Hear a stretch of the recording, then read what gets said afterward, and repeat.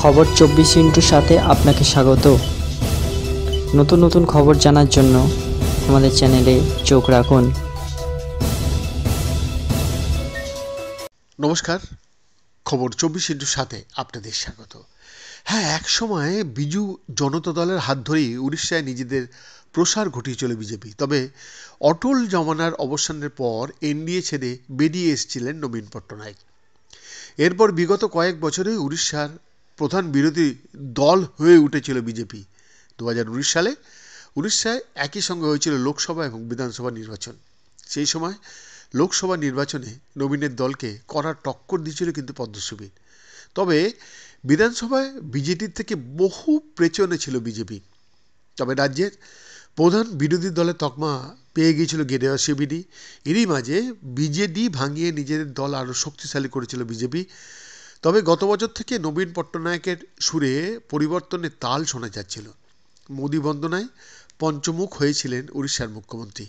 এরপর বিগত কয়েক সপ্তাহে সরকারি সভাতেও ধরা পড়েছে মোদী নবীন রসায়ন। এই আবহে এবার জানা গেল উড়িষ্যায় জোট গঠন নিয়ে আলোচনা করছে বিজেপি এবং বিজেডি। একসময় তৃতীয় ফ্রন্ট গড়ার লক্ষ্যে বাংলার মুখ্যমন্ত্রী মমতা বন্দ্যোপাধ্যায় গিয়ে নবীন পট্টনায়কের সঙ্গে দেখাও করে এসেছিলেন। তবে তৃতীয় ফ্রন্ট বিরোধী ইন্ডিয়া ব্লক কোনোটাতেই যোগ দেননি নবীন। উল্টে কয়েকদিন আগেই রাজ্যসভা নির্বাচনে বিজেপি প্রার্থী অশ্বিনী বৈষ্ণবকে সমর্থন করেছিল বিজু জনতা দল।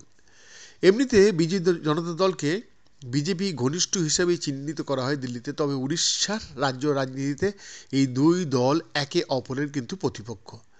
গত নির্বাচনে একে অপরের বিরুদ্ধে হাড্ডাহাড্ডি লড়াই করেছিল দুই দল। তবে সেই প্রতিপক্ষকেই কয়েকদিন আগেই নিজের বন্ধু হিসেবে আখ্যা দিয়েছেন মাননীয় প্রধানমন্ত্রী নরেন্দ্র মোদী।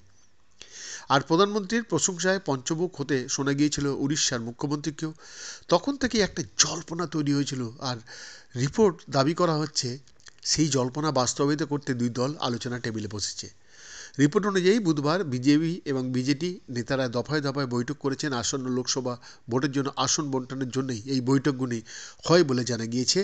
এর আগে নিজের দলের শীর্ষ নেতাদের সঙ্গে ভুবনেশ্বরে বৈঠক করেছিলেন নবীন পট্টনায়ক। সেই সময় দিল্লিতে বিজেপি নেতারাও বৈঠক করেন উড়িষ্যা নিয়ে। জানা যাচ্ছে বিধানসভা নির্বাচনের 147টি আসন এবং লোকসভায় উড়িষ্যায় 21টি আসন ভাগাভাগি নিয়ে দুই দলের মধ্যে আলোচনা শুরু হয়।